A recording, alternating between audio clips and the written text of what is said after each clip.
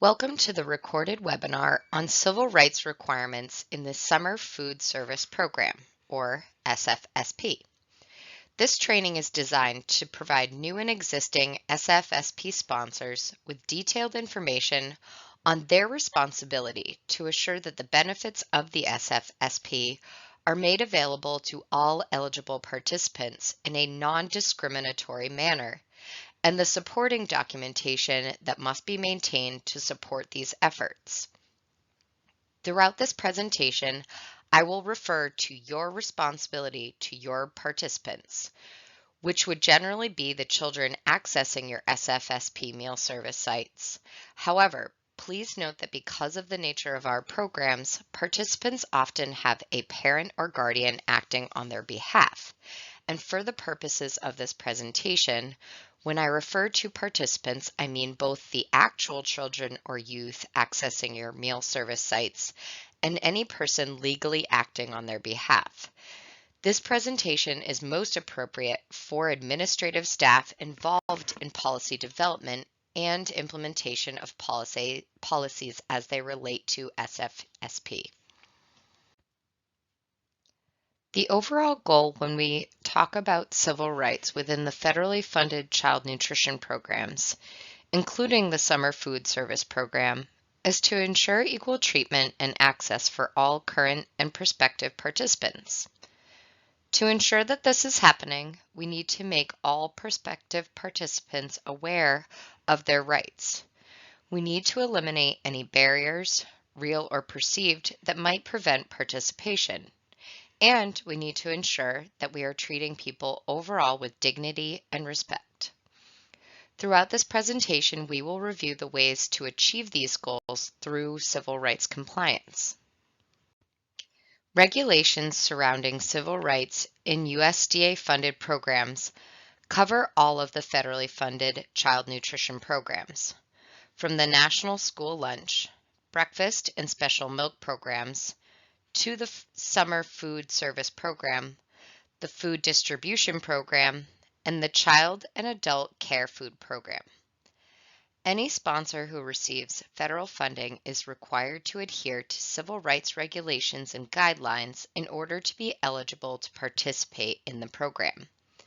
It's important to note that if your organization participates in a federally funded program, any amount of federal dollars that come into one part of your organization open up the entire organization to the responsibility of ensuring civil rights in terms of equal access and treatment of participants in your overall programming.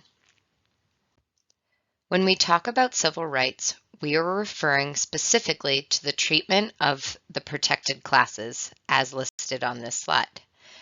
The federally protected civil classes are race, color, national origin, sex, age, and disability.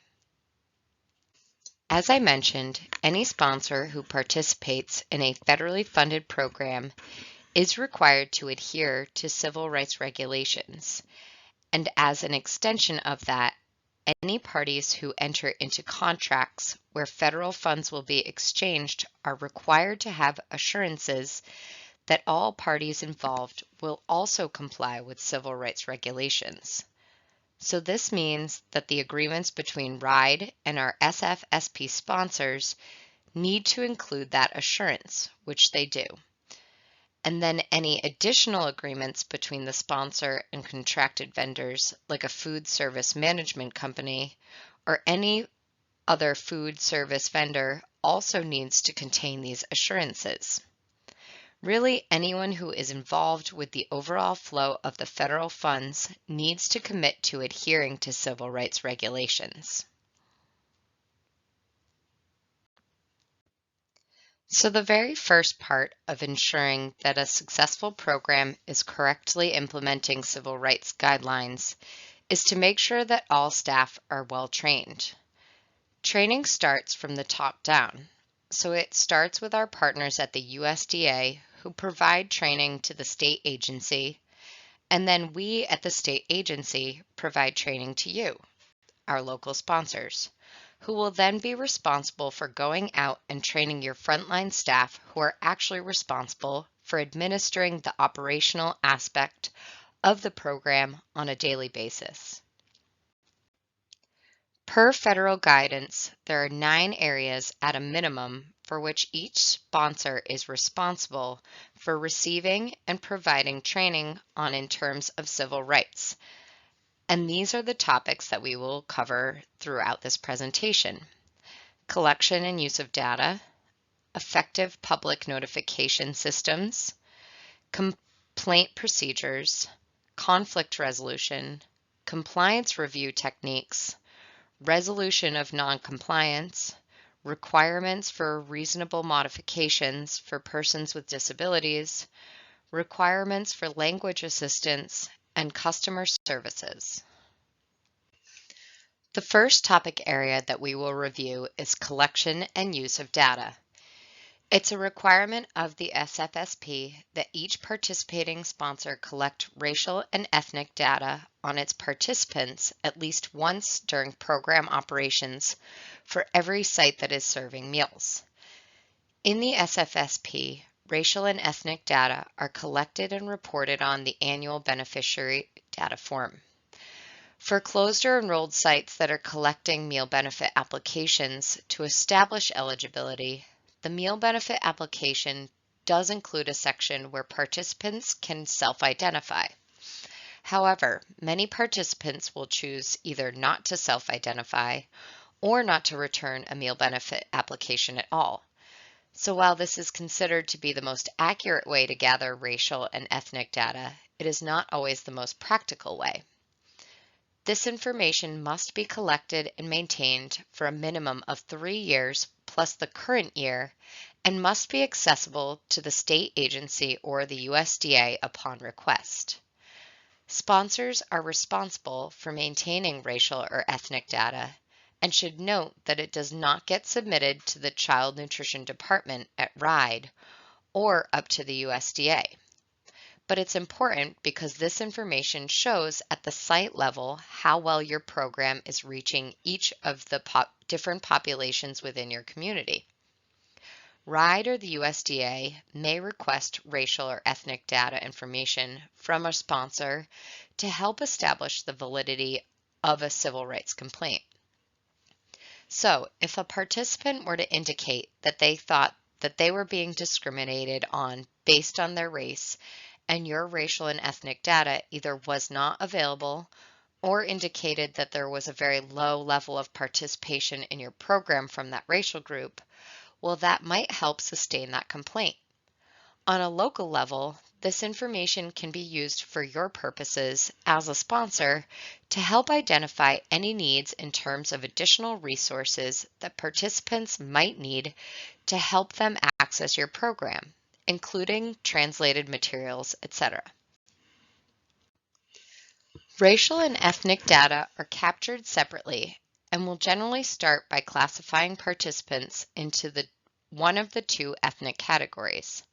Hispanic or Latino is the first category, and the second is not Hispanic or Latino. Every participant will fall into one of these 2 categories. So, if you have 100 participants, you should have 100 people listed in total as either Hispanic or Latino or not Hispanic or Latino. The next step would be to collect racial data.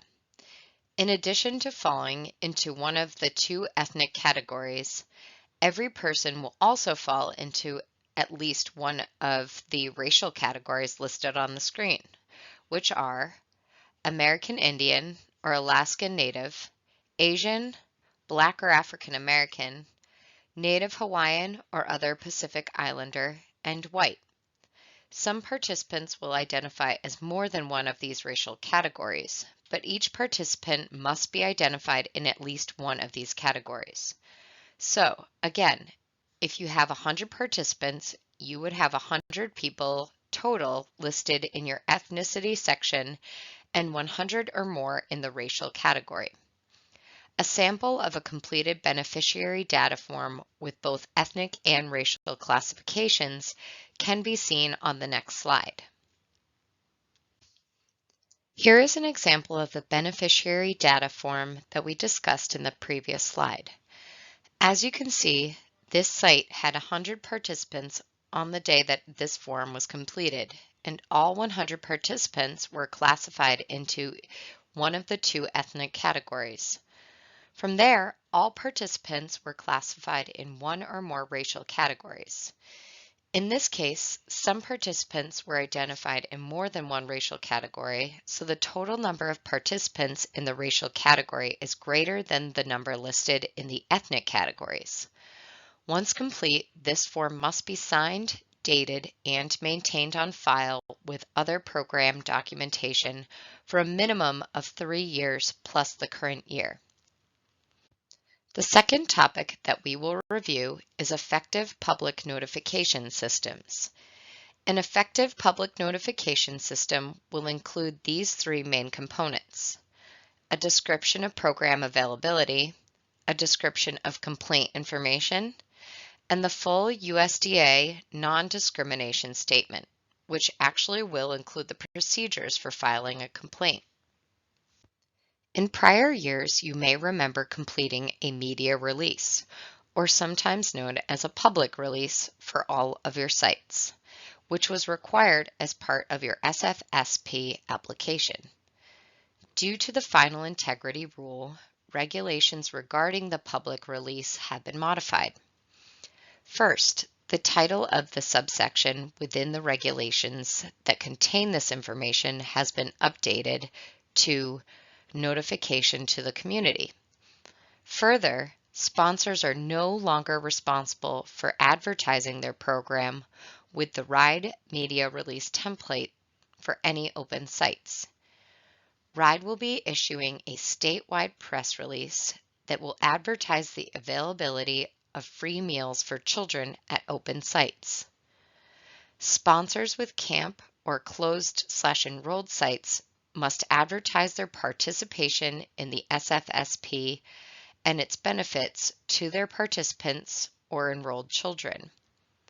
Beginning this year, RIDE will require that sponsors of closed or enrolled or camp sites include the household letter, which can be found in the download forms section of CNP Connect, in enrollment packets sent to parents or guardians for their programs. There are two versions of the household letter, one for sites that qualify via area eligibility with census data or school data, and one for sites that qualify via meal benefit applications. RIDE is not requiring the media release form to be filled out and uploaded as part of the SFSP application anymore.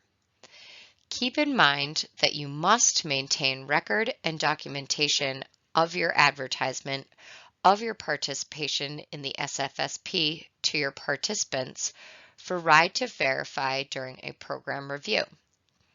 More information about the household letter requirements for camp and closed or enrolled sites will be discussed on the following slide. Additionally, if sponsors have a website for their summer programming, their participation in the SFSP must be mentioned along with its benefits to participants, and the USDA non-discrimination statement must accompany the notification. The second requirement is the posting of the And Justice for All poster. This poster must be current and must be placed in a conspicuous area that is customer-facing, meaning that the people that are participating in your program are able to see and read the information presented on the poster. There are other methods of communication that are optional that you might elect to use when advertising your program, such as flyers, brochures, radio ads, etc. These are all great ways to communicate and make sure that you are reaching the entire population of prospective participants. Through our statewide expansion and outreach campaign, RIDE produces many of these types of advertisements on behalf of our sponsors, but any sponsor choosing to produce their own additional advertisement materials must be sure to use the most current version of the USDA non-discrimination statement. If any agency advertisements or communications include vital program information, which we'll talk about later in this presentation, then the full USDA non-discrimination statement must be included in the communication, or you must have received approval to use the shortened non-discrimination tagline. But either way, your program materials must include a statement of non-discrimination. The type of household letter that sponsors provide to families of enrolled children will depend on whether the site is area eligible or not area eligible. For area eligible sites, the household letter must explain the availability of free meals, example, breakfast, lunch, snack, etc., and include the USDA's non-discrimination statement and procedures for filing a complaint of discrimination. For non-area eligible sites, the household letter must describe the availability of free meals, including the breakfast, lunch, snack, etc., and the USDA's non-discrimination statement and procedures for filing a complaint of discrimination, and also explain that the site must document that it meets eligibility requirements by collecting statements of household and income from parents or guardians of children enrolled in the summer program. The household letter for non-area eligible sites must notify participants and their families that foster children, along with those whose household receive SNAP, FDPIR, TANF, and RI Works, are eligible to receive free meal benefits at eligible sites. It must also include the family size and income standards to qualify for reduced price school meals. Along with the non-area eligible household letter, the sponsors should include a meal benefit application unless the sponsor is requesting eligibility data from school districts. Note that non-SFA sponsors must have an MOU on file with each school district it requests data from. Both versions of the household letter can be accessed in the Download Forms section of CNP Connect. During program reviews, RIDE will verify that you included a household letter as notification to participants and that you posted your participation in the SFSP on your website, if applicable. The And Justice for All poster is something that each of you should be familiar with, though it is occasionally updated and may look different from what is pictured on the screen than previous versions that you are aware of. All sites that participate in a federally funded child nutrition program must display this poster, and it must be posted somewhere that participants can easily access and read it. Posters are only acceptable in the 11 by 17 format, and you can obtain copies of the poster from RIDE.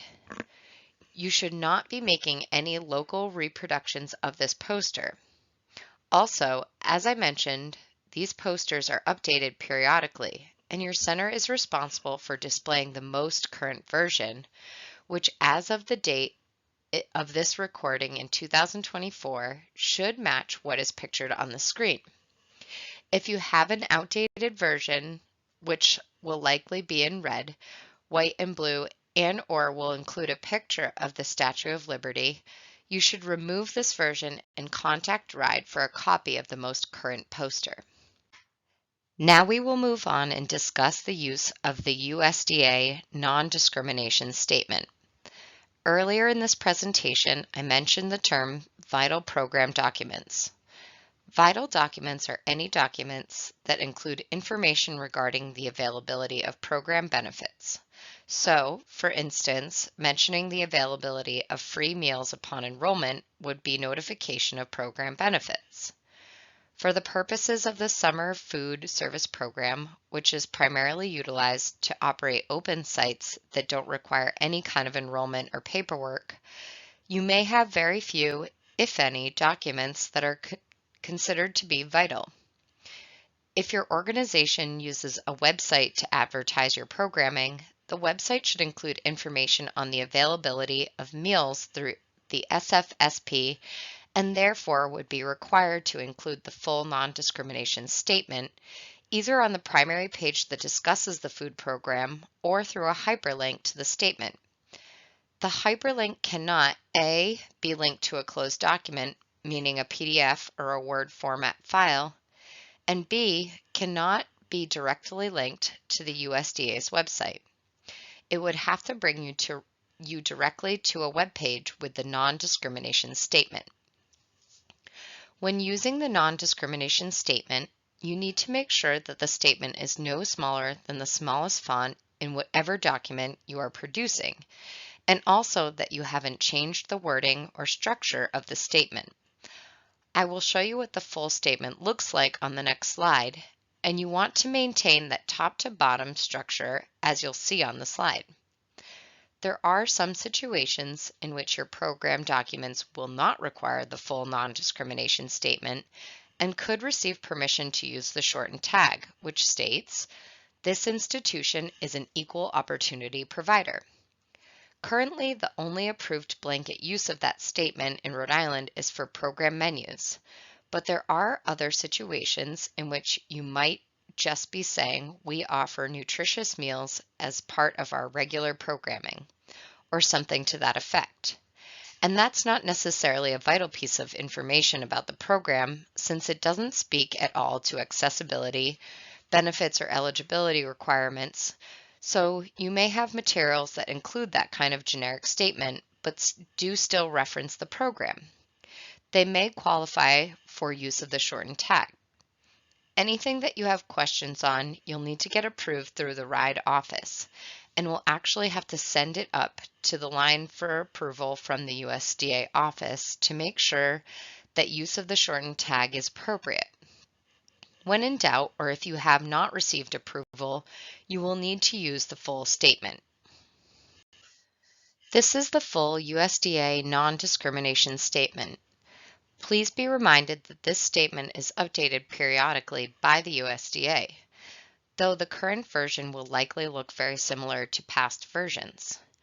As of the date of this recording in 2024, the version shown on the screen represents the most recent update, which occurred in 2023. Something that we commonly see is that sponsors will carry forward program documents, including the non-discrimination statement, like a flyer, from prior years, and that the non-discrimination statement is an outdated version that has just been carried forward year over year. So please be sure to check all of your materials to make sure that you are using a RIDE template, that you have the most current version, which should include the updated non-discrimination statement, if required, or that your local materials that include the non-discrimination statement have been updated to include the most current version. Again, even when updated, this statement will likely look very similar to previous years, and it can be difficult to tell if you are using the most current version. So a best practice would be to ensure that each year when RIDE releases new template documents, that you discard any older versions that you have printed or that you copy and paste the non-discrimination statement directly from a RIDE template into your local documents if necessary. One other area to consider as we talk about non-discrimination is to use images that reflect diversity when you are using imagery to communicate about your food program, and a sample of that can be seen on the screen. The next area that we'll cover is complaint procedures. For each sponsor of the Summer Food Service Program, it is encouraged to develop and implement a written procedure to handle discrimination complaints. Occasionally, sponsors will have existing policies in place that speak to civil rights expectations for the overall organization, but not necessarily as it pertains to the food program. The requirements that we are going to discuss will pertain specifically to the SFSP. So if a sponsor has an existing civil rights policy, they could choose to compare these requirements to the existing policy and update as necessary to ensure that these minimum requirements are being met. Or a sponsor could develop a separate civil rights policy that is specific to the SFSP. A civil rights complaint is a complaint that alleges discrimination based on one of those protected classes that we discussed earlier. Discrimination can occur when a participant is delayed benefits, denied benefits, treated differently, or given disparate treatment. There are multiple ways a participant can file a complaint of discrimination. They can, first of all, go to you as the sponsor. They can come to RIDE or to the USDA directly with the information provided in the non-discrimination statement. We would encourage sponsors work with the participants to resolve complaints at the lowest level. But regardless of the outcome of a discussion you have with a potential civil rights complaint, it is your responsibility as a sponsor to ensure each participant understands their right to file a complaint, even as you are working towards a resolution. So when you are having these conversations, if someone were to call you and say they felt they had been treated in a discriminatory manner, you should by all means work to get as much information as possible to resolve the complaint at the lowest level possible. But you need to make sure the participant you are speaking to fully understands their right to lodge a formal complaint, and the end result of the conversation is that you and the participant both know what the intent is. After speaking with you and getting clarification, the participant elects not to lodge a formal complaint, and that is okay. But if they did want to move forward in the complaint process, you must then record that complaint and forward it to RIDE.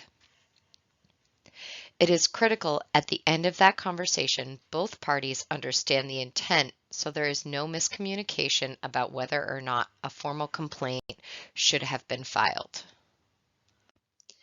Any person who is alleging discrimination based on one of the protected classes we have discussed has the right to file a complaint within 180 days of the alleged discriminatory action. This timeline can be extended for legitimate reasons as determined by the USDA. Complaints can be filed verbally, they do not need to be formally written. If that happens and you receive a complaint over the phone, it is the responsibility of the sponsor to document it and forward it to our office. By acknowledging and documenting this, the sponsor is effectively accepting the complaint.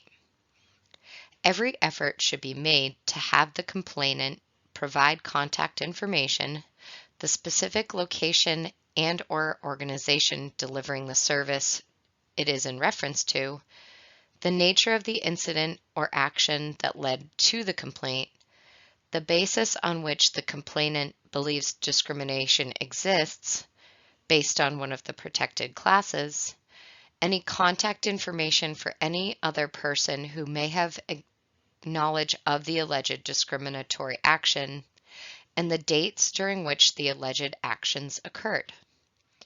If you are unable to get all of this information, you will still need to record and accept the complaint, but you should try to get as much information as possible to help with the resolution process.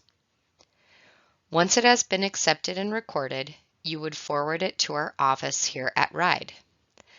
You will need to have a developed complaint form or access to the USDA's to formally record a complaint.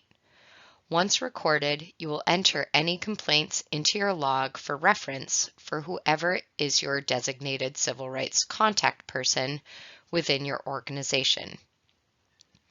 You will report this to RIDE within 5 working days of receipt. However, remember, these complaints can be not only verbal, they can also be anonymous.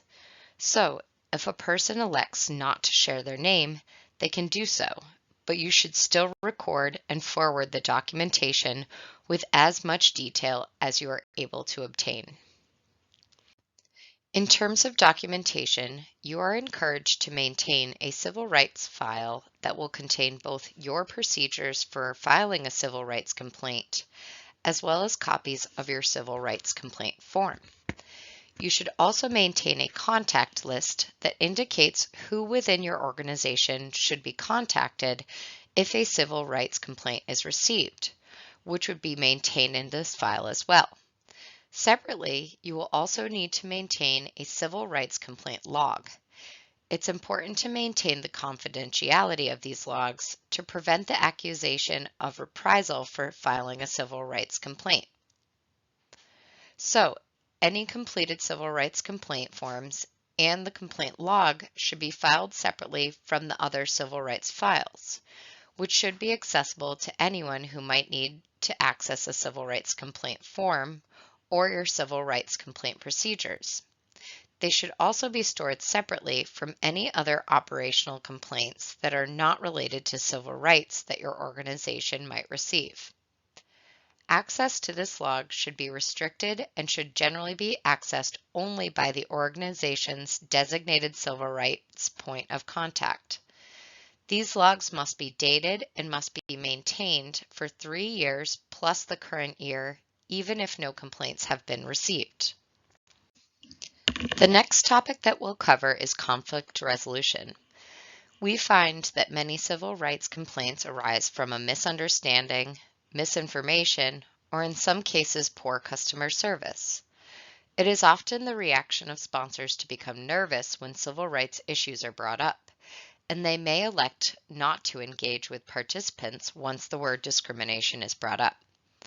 However, it is important you obtain as much information as possible from your participants and that you try to determine the root of the problem to see if there is a resolution that can be worked towards. In many cases, if a participant feels heard and can clarify what the issue is, resolution can happen before a formal complaint is lodged. Staff should be trained to remain calm and ask about the situation while repeating back the complaint to make sure they understand the situation. From there, they can try to help those involved work out their differences and potentially resolve the issue before it goes any further. Just note that although we do encourage resolution at the lowest level and that you work with your participants, you should in no way discourage an individual from filing a complaint. You must make them aware of their rights to file this complaint. Now that you have each of these civil rights requirements in place that we have discussed already, including the media release, general program communications, use of the non-discrimination statement, complaint procedures, and conflict resolution, you want to make sure that you are checking compliance. Compliance during meal service, as far as civil rights are concerned, means that there is no separation based on those protected classes during mealtimes, seating arrangements, serving lines, or eating areas. We recognize that there are some situations where a sponsor might separate participants specifically at mealtime for safety, such as the use of an allergy-free table. These situations should be used on a limited basis and should not exclude participants from the overall eating environment. They should not be used for any purposes other than maintaining safety. The safety of your participants needs to always be your primary concern. If the use of a segregated table is the best way to maintain that, then that would be considered appropriate. However, you need to make sure that that table is not also used for, say, disciplinary purposes, as this would be changing your participants' treatment as far as the food program is concerned. The other area of compliance include making translations of program materials available, displaying the "And Justice for All" poster, using the correct version of your non-discrimination statement on your program materials, correctly determining meal benefit applications, and making sure that meal benefit applications aren't denied incorrectly. If they are, those denied applications aren't disproportionately comprised of minority populations, if applicable, and that disabled participants are offered the same program benefits as your other participants. These are all items that should be reviewed in some way as either part of a formal monitoring visit or even just informally as you observe the daily operations of your program. It's important to make sure that compliance isn't just happening on paper through your civil rights policies and procedures, but it is occurring in practice by the people implementing your program daily. The next topic is resolution of noncompliance. If you were to go out and conduct a monitoring visit for one of your sites, or if the RIDE staff were to come out to conduct a program review, and we note noncompliance in one of the areas of civil rights just mentioned, you would be required to submit a detailed plan of corrective action for each finding and expected to make those corrections immediately. Any failure to correct issues related to civil rights could result in termination from the program. The next section will review the requirement to make reasonable modifications for persons with disabilities. This is a growing topic among youth especially, and we continually receive updated guidance on this topic, so we'll spend a bit of time here. On the left side of the slide, you can see the regulations that govern the SFSP along with additional federal regulations that speak specifically to the treatment of persons with a disability. These regulations also define the term disability in the context of our programs, as you can see on the right side of the slide. A disability, as is defined for the SFSP, would be a person who has a physical or mental impairment which substantially limits one or more of the major life activities.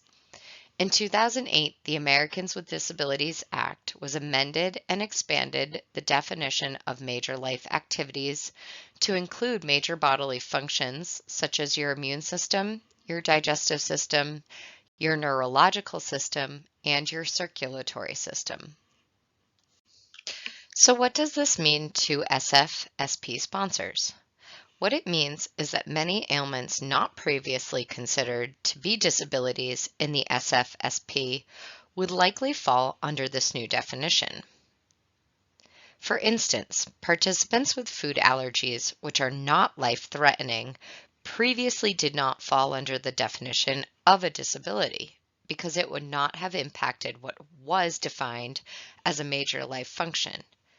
Now, with the expanded definition, which includes digestive functions, lactose intolerance could now fall under the category of a disability. Because of this, SFSP sponsors are now required to make more meal modifications than would have been required under the previous definition.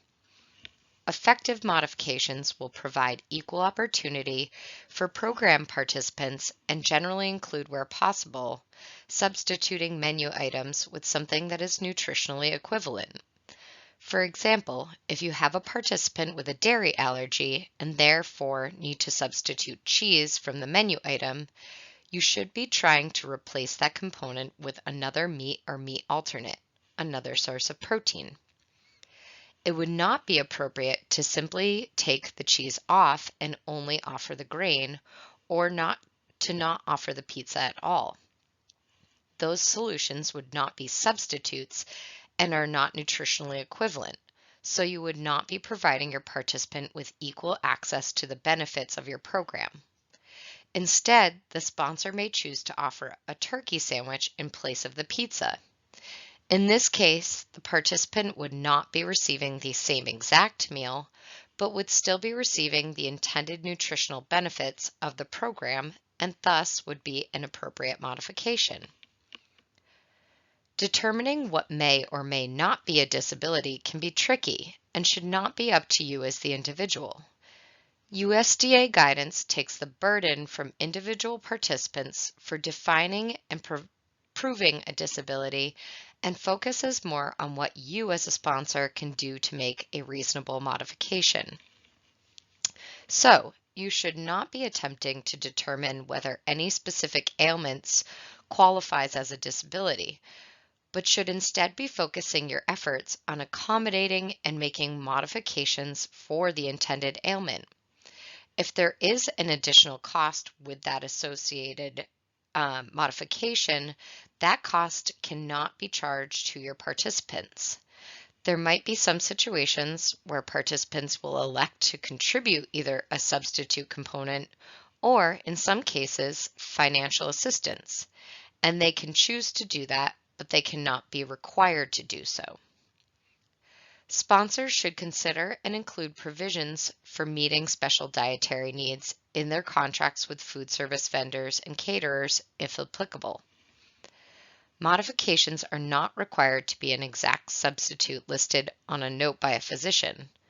For instance, if a physician were to say, "Johnny cannot have cow's milk due to digestive issues, please substitute silk almond milk," it is not the sponsor's responsibility to necessarily provide specifically silk almond milk, but rather to provide an adequate substitute. This might be a different brand of almond milk or another dairy alternate like soy milk or rice milk. What is important is you get clarification to understand why the modification is required, so you know if what you are providing as a substitute is adequate to ensure the safety of your participant.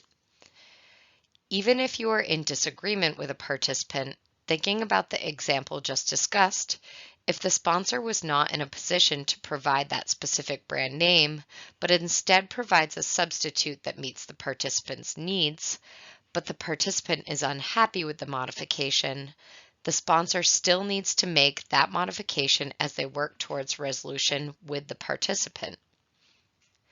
Just because you might disagree on the best course of action, unless what you are doing could be harming the participant, do not stop making the modification. You still need to ensure equitable access as you work towards resolution. Because of the nature of the SFSP, which typically serves meals to any participant without enrollment, making reasonable modifications for persons with disabilities can pose additional challenges. Sponsors often serve meals in locations with no readily available substitutes and likely do not know which participants might attend a meal service on any given day. Regardless of these factors, it is still the sponsor's responsibility to make reasonable modifications, and these challenges should be taken into consideration when developing a plan for handling common food allergies. Are there common substitute items or meals that can easily be maintained on site just in case? If you have a participant that regularly attends meal service, is your staff empowered to collect additional information so you can follow up and obtain a doctor's note? Unfortunately, there will be no perfect answer to making a meal modification that can apply to any situation, but sponsors must do their best to provide equal access to program benefits for all participants. Substitutions made for participants with disabilities are allowable in reimbursable meals, even if those meals are outside of the USDA meal pattern, as long as the modification is supported by a medical statement signed by a licensed physician.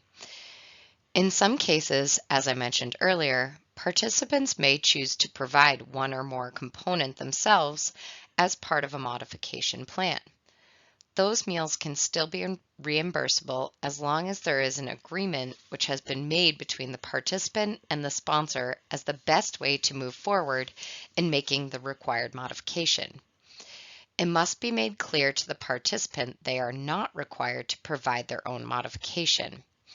Again, looking back to the example discussed in the previous slide, if the participant's family decided they wanted to provide soy milk, just to be sure that the participant is receiving the preferred brand, but they want the participant to receive all other meal components as provided by the sponsor, this would be allowable. You just need to make it clear the sponsor is willing and able to make a modification, and it is not required of the parent to do so on their own. If, in that situation, the participant still chooses to provide their own modification, then it is allowable and the meal would still be considered reimbursable, so long as you maintain documentation of your discussions with the family. When accepting a medical statement from a participant to support a modification plan, the statement must include the food that needs to be avoided and a brief explanation of how the exposure will affect your participant. In the case of a food allergy, simply identifying that a participant may not have a specific food due to allergy reasons would be sufficient, though you may elect to request more information to ensure that you know the signs of a potential reaction and are prepared to act accordingly. Medical statements may also include recommended substitutions, but this is not a requirement. A sponsor may choose not to make the exact substitute requested if an alternate option still meets the participant's needs, as discussed in the previous slide. A medical statement needs to provide sufficient detail for you to make a safe modification, but it shouldn't provide specific diagnosis information, nor should you request that information. It would be a HIPAA violation for this information to be provided to unnecessary parties. In this case, it does not matter what the specific ailment is, just the item to be avoided and why to do so that we understand the full repercussions and what we can do to replace it. It is acceptable to seek clarification from a physician, although again, you should still be working to make a modification as you are seeking clarification and you don't want to delve into anything too specific in terms of a diagnosis when doing so. As I mentioned in the previous slide, meal service in the SFSP can pose additional challenges to meeting these requirements. Sponsors should train frontline staff to be prepared for potential modification requests and to document any conversations and/or modifications made. If a participant attends an SFSP site for the first time and requests a meal modification, it is not likely the case the sponsor would be able to obtain a doctor's note for that particular modification if it falls outside of the meal pattern. The option would be to put a plan in place that allows for modifications which still fall within the meal pattern. If this is not possible, then sponsors should document the request, the modification that was ultimately made, and the information that was provided to the participant. There may be some instances in which you receive meal modification requests that are not related to a disability. An example of that would be a modification request related to a lifestyle or religious preference. This would include things such as requests for vegetarian meals or meals to meet other special diet requests such as low carb, but that are not supported by a medical statement. Sponsors are encouraged, but not required, to make food substitutions for this type of request. If a sponsor elects to make a substitution based on lifestyle or religious preferences, then those substitutions must fall within the USDA meal patterns for the meal to be considered reimbursable. Generally, this would be managed by simply offering alternate food selections within a specific meal component. If you have a vegetarian population, you may offer a variety of meat or meat alternate options that would be appropriate for vegetarians and non-vegetarians. This way, each participant is still receiving the meat or meat alternate component as required by the meal pattern. They are simply receiving different food items within that component category. It is important to note, as mentioned, with this expanded definition of disabilities, many things which may have been identified to a sponsor before that did not fall under the category of a disability may now be considered disabilities and would require modification on request. It is important to communicate with participants about the process for requesting a meal modification, then also to communicate internally with your staff, which we will review more on the next slide. A sponsor needs to develop a procedure for requesting meal modifications. All staff who will be involved need to be trained on this, and if an organization employs 15 or more people, there needs to be a 504 coordinator appointed to handle civil rights issues, including the coordination of meal modification requests. A sponsor may consider assembling a team for implementation. This group could entail the 504 coordinator, a nurse, a food service professional, or anyone else in your organization that might be involved in this process.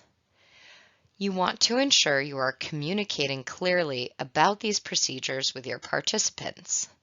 Again, this is about ensuring that there are no actual or perceived barriers to participation in your program. If a participant is suffering from a severe allergy and does not believe a sponsor can accommodate it, or does not know how to go about requesting a modification, this could be considered a barrier to participation in your program. You need to make sure you have communicated there is a process for requesting modifications, that the decision regarding the modification request and include procedures for appealing a decision made based on a modification request. Participants need to be given the opportunity to examine records related to the decision regarding the modification request, and they should be given the right to file a grievance. There should be steps in place to provide for an impartial hearing, and there should also be a review process for appeals. And again, if you are sending out these communications that include hearing notices or rights to appeal, you'll need to include the full USDA non-discrimination statement on those communications. We would highly recommend sponsors post information on how to make a meal modification request on any public website, and you should refer both to your internal complaint procedures as well as the federal complaint procedures when providing any kind of information about a participant's rights. So, if your modification procedures include adverse notice of a modification request that cannot be made, which would be rare, you would need to list both the sponsor's 504 coordinator as an appeal option along with the USDA intake office for civil rights complaints. Another best practice outside of developing this policy and including it as part of your regular communications would be working with your food service provider to develop a game plan for accommodating the 8 most common allergens, which you'll see on this slide. It is important to note that while it is good to have a blueprint and starting point, each individual modification request needs to be treated separately, and you must avoid imposing your own personal biases and experiences on any other person's modification request. If you have a participant that is allergic to soy, for example, they may not need the exact same modification as a different participant with that same allergy. You might be allergic to soy, but experience symptoms differently than your participant and thus might require different modifications. While you may have a basic blueprint of how you would generally plan to accommodate this kind of request, you want to follow that up to let participants know that while you have a general plan for meal modifications for participants with an allergy to soy, you will work to understand how this plan may or may not fit in with that participant's specific needs, and you would start the conversation from there. The next required topic is language assistance. Any recipient of federal funds has a responsibility to ensure meaningful access for all participants with limited English proficiency. Limited English proficiency, or LEP, is defined as individuals who do not speak English as their primary language and have limited ability to read, speak, write, or understand English. This would not only include the population of participants that might speak a different language, it could also include hearing impaired or not fully literate participants as well. This is about ensuring that you have the resources in place to provide access to each of your potential participants, which includes providing translated materials and interpreters as necessary to make sure that all of your participants have access to program benefits and are aware of their rights. In some cases, sponsors may elect to use volunteers as interpreters to assist, which is acceptable, but it is important volunteers understand the ethics requirements of an interpreter, including confidentiality. Our program deals with confidential income and other information, and it's important that not only do your participants understand their rights to confidentiality, but interpreters understand it as well. These kinds of services need to be able to be provided at a local level in a way that is consistent and competent, meaning it should not be standard practice for somebody in the office who speaks a little bit of Spanish to attempt to act as a translator for program participants. That would not be providing services in a competent way. It also means services shouldn't be dependent on the scheduling of a part-time employee. If you use a specific employee as a translator, but they are only available a few days a week or every other week, that would not be a consistent way to provide services to your participants. It is unacceptable to delay benefits just because you do not have the resources available at any given time. In some cases, a participant may elect to bring their own interpreter, which is acceptable as long as the confidentiality has been addressed and the participant understands it is not their responsibility, just as with meal modifications. They are not required to provide their own services, but they may choose to. In this case, the arrangement needs to be acceptable not only to the participant, but also to the sponsor. It would not be acceptable for a participant to bring a translator and for that translator to speak solely on behalf of the participant seeking services, meaning you do not see them conferring in their language at all. That would not be indicative of the program participant actually participating and understanding their rights. You want to make sure that both parties are comfortable because ultimately the sponsor is responsible for ensuring that each participant is aware of their rights. And if you are in a situation where you see an interpreter who is not conferring with the participant, they may not be adequately relaying the rights of the participant to them. This, in turn, could come back as a civil rights complaint down the line.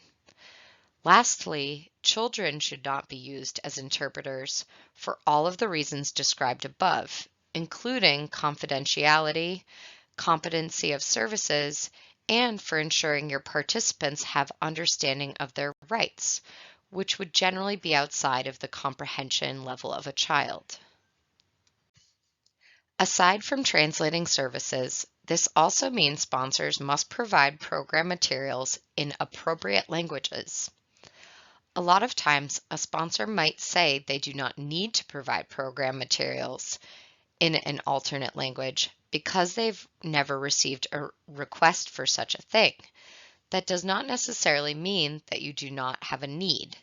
It might mean that you are just not reaching a particular population and they are not aware of your program at all, and that inadvertently a barrier has been created to accessing your program's benefits. You want to make sure that as much as possible, translated materials are made available in a way that meets the makeup of your community and your potential participants, regardless of whether you've received specific requests for program materials in a specific language before. And you should note that a shortage of resources does not alleviate a sponsor of the responsibility to provide translated materials. You may elect to share resources with other sponsors. This could include training your bilingual staff to be interpreters, though you want to be aware of labor rules when you engage your staff to act as interpreters. You might also consider using language line services or get support from local organizations throughout your community who can provide some of this assistance for you. Again, you just want to be aware of the confidentiality we discussed in the previous slide. For those closed or enrolled sites collecting meal benefit applications, there is a link on the bottom of this slide for USDA-provided prototype materials that are translated in a variety of different languages. Most of your meal benefit application translation needs should be met through this link. While the translated meal benefit applications specifically reference the school meals program, These applications would be appropriate for use in an SFSP setting if need be. For sponsors that operate only open sites, there may not be a large need for translated materials since there are not actual enrollment documents being provided to potential participants. You still want to keep LEP individuals in mind when developing any kind of program communications or advertisements. To best leverage resources, RIDE provides promotional materials in English, Spanish, and Portuguese. However, you may find the need for additional translations based on the makeup of your community. This would be handled at the local level. Our last topic for this civil rights training is customer service. This may not seem like a civil rights topic, but as I mentioned earlier, many civil rights complaints arise from poor customer service. You want to make sure that your staff is not only well trained on the implementation requirements of civil rights, including each of the areas that we've reviewed up to this point, but also in terms of equal access and treatment, including lack of segregation in your seating areas, your serving lines, your services and facilities, assignment of your eating periods, and extension of meal benefits where applicable. You need to make sure that your staff are trained on general customer service skills that may affect the way a participant feels that they have been treated from a civil rights standpoint. You want to have your staff ask themselves, how would they want to be addressed? Are they treating each participant in the same manner and in the manner that they would want to be treated? Has the participant been informed of exactly the information needed to make any kind of decision regarding program benefits? Have you given the person the opportunity to clarify and ask questions? And has the person been given all of the necessary information? This is important from a training standpoint, not only for those frontline staff as they are distributing meals, but also for the staff at the administrative level who have responsibilities for making meal benefit determinations, along with hearing officials, your civil rights coordinators, etc.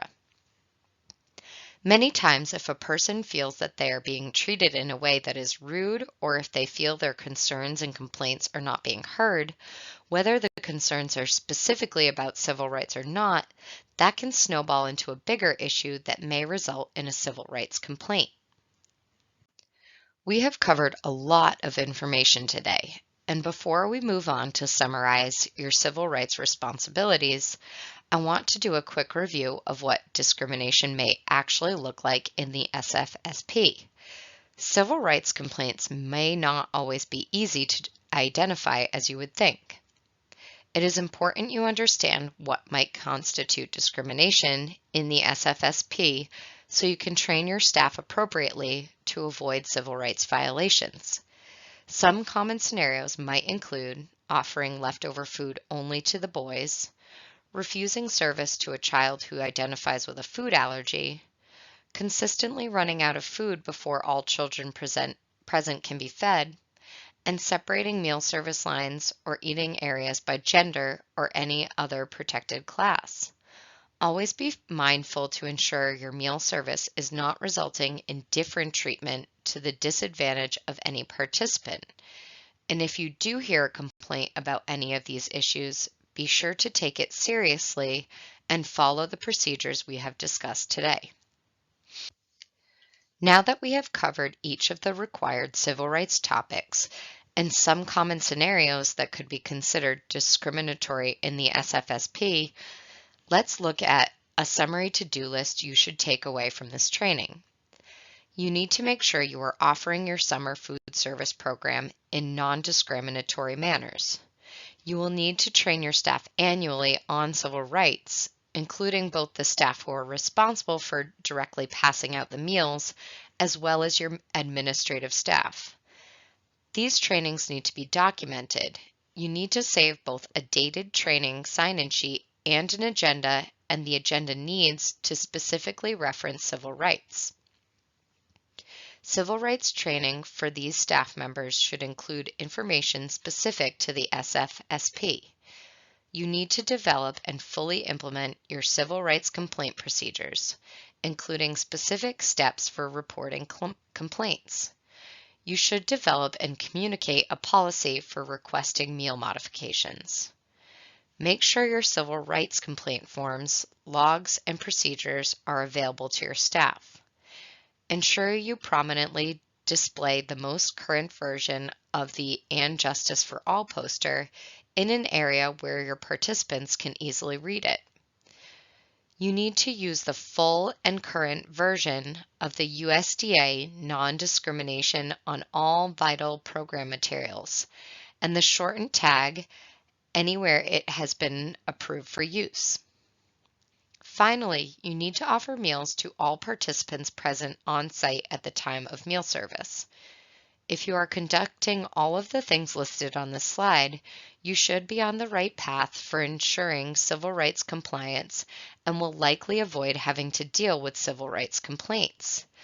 But if you do end up in that position for one reason or another, if you follow these steps, you will have a clear and well-communicated policy in place and procedures for how to handle any complaints that you may receive. This concludes today's presentation on civil rights requirements in the SFSP.